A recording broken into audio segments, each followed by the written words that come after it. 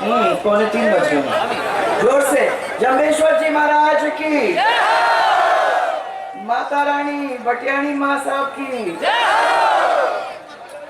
और यहाँ मेरे सामने बैठे हुए हैं खेमा बाबा की इस भूमि पर, जेतेश्वर बाबा की इस भूमि पर, आलम जी की इस भूमि पर मैं सबसे पहले इस पावन भूमि को प्रणाम करके ये सब देवी देवता मेरे सामने जो बैठे हैं उन सबको अपनी ओर से प्रणाम, बहुत बहुत प्रणाम करना चाहती हूँ।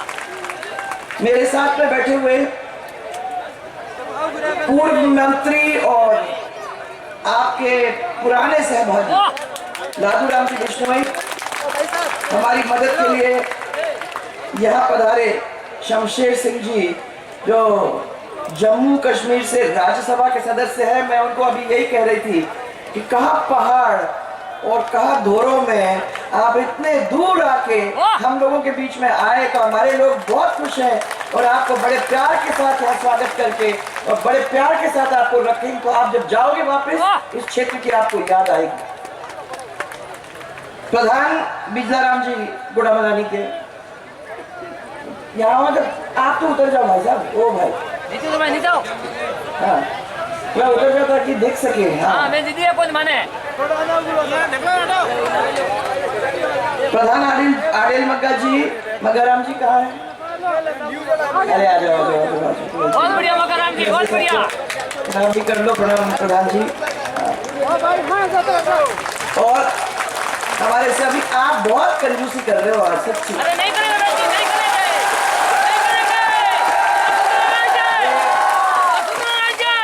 ये आया मेरे को हेलीकॉप्टर पे लेने और मेरे को उसने कहा कि माइंड मत करना, थोड़ा सा हम लोग सब मिलकर मजा लेंगे। तो मैं इसके भाषण के लिए रुकी हुई, मैंने कहा देखेंगे कितना मजा लेंगे। ताली बजने में ऐसा ऐसा। मैंने कहा ये क्या कर रहे हैं, ये इतनी ताकत वाले लोग।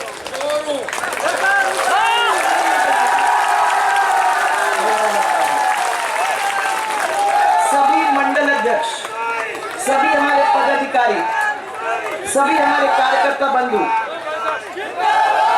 सभी हमारे मंडल अध्यक्ष, सभी कार्यकर्ता और आपके लाडले प्रत्याशी, अब तो कुछ बोलोगे? आपके लाडले प्रत्याशी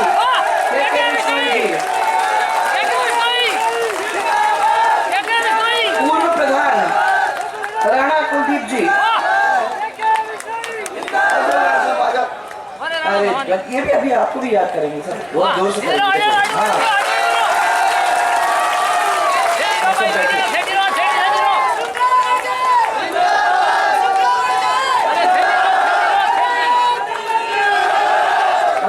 बहुत आवाज है आपके अंदर, बहुत ताकत है आपके अंदर, वो दिखा दिया आपने।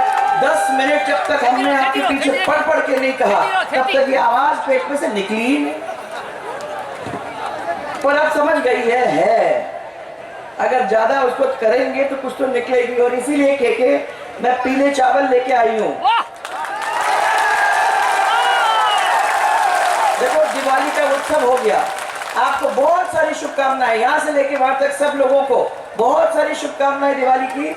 परंतु उसके साथ साथ इतना बड़ा त्योहार एक और आने वाला है जो 5 साल में एक दफा आता है, और उसके लिए मैं पीले चावल लेके इनके पास छोड़ के जा रही हूँ।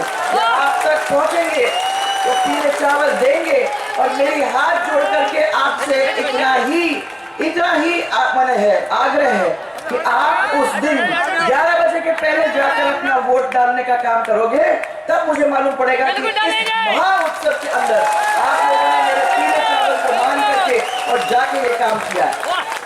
और आखिर में आई मैं इसीलिए हूँ, मैंने केके को कहा कि बहुत दूर सब कुछ छोड़ के तुम्हारे यहाँ तुम्हारे सब लोगों से इस परिवार को अपने गले से लगाने के लिए मैं यहाँ आई, ये देखने के लिए कि क्या मजा यहाँ हुआ।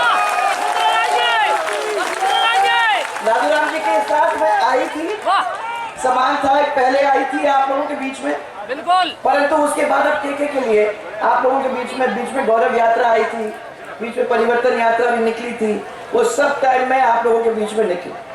हम में दोनों में एक फर्क है, मैंने इन लोगों को सबको कह दिया कि ये तो अपना परिवार है, इस परिवार के अंदर मैं नहीं पूछती, क्योंकि मैं तो ये कह सकती हूँ कि एक की बहू, एक की बेटी हूँ, एक की समधिन हूँ, एक की, अब बोलते जाओ जितना भी चाहिए, सबकी रिश्तेदारी है।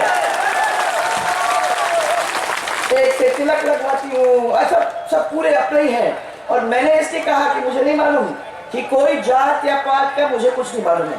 मुझे सिर्फ इतना ही मालूम है कि एक घर है, एक परिवार है, और अगर इसका विकास करना है तो जब तक कंधे से कंधा लगाकर माताएं, बहनें, पुरुष, भाई नहीं चलेंगे, तब तक उस क्षेत्र की कोई उन्नति, तरक्की, विकास नहीं हो सकता। तो मेरे सामने आज हमारे परिवार के लोग बैठे हुए हैं और वो सब लोग मिल करके एक थाली में खाने की सोच करके यहाँ आए हैं। मैं आप लोगों को खाली 2-3 चीजों को कह के फिर आगे बढ़ना चाहता हूँ। मुझे ब्यावर तक पहुँचना है आज। और दोनों चीज, एक तरफ तो बीजेपी, दूसरी तरफ कांग्रेस। बीजेपी वालों तो परिवार जैसे आप लोगों को मानते हैं और सबसे पहले सेवा भाव लेकर घर से निकलते हैं। वो जानते हैं कि ये जो बैठे हमारे सामने, ये वाकई में 33 कोटि देवता हैं। पहले जाएंगे तो भगवान के ढोकेंगे, भगवान के ढोकने के बाद उनको साथ लेने के बाद हमारे महात्मा उनके पैरों में आशीर्वाद लेंगे।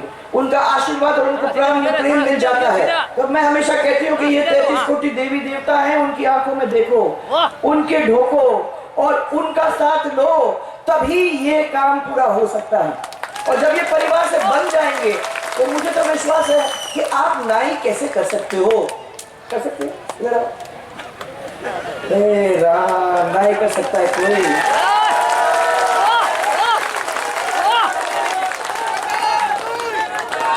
वादा कांग्रेस वाले बहुत करते हैं। हमारी पार्टी को हमने कह दिया कि भैया कोई वादा नहीं करेगा, अगर वो वादा पूरा नहीं कर सकता है तो वादा नहीं करेगा। बिल्कुल सही। परंतु कांग्रेस वालों के, जब मैं छोटी थी तो मैं ग्वालियर के अंदर पहली दफा जब दौरा करने निकली थी तो कांग्रेस वाले कुछ मिले हमको, तो उन्होंने कहा कि आप भाषण दे रहे हो, भाषण के अंदर क्यों नहीं और मिर्च मसाला डालते हो? तो क्या होता है मिर्च मसाला?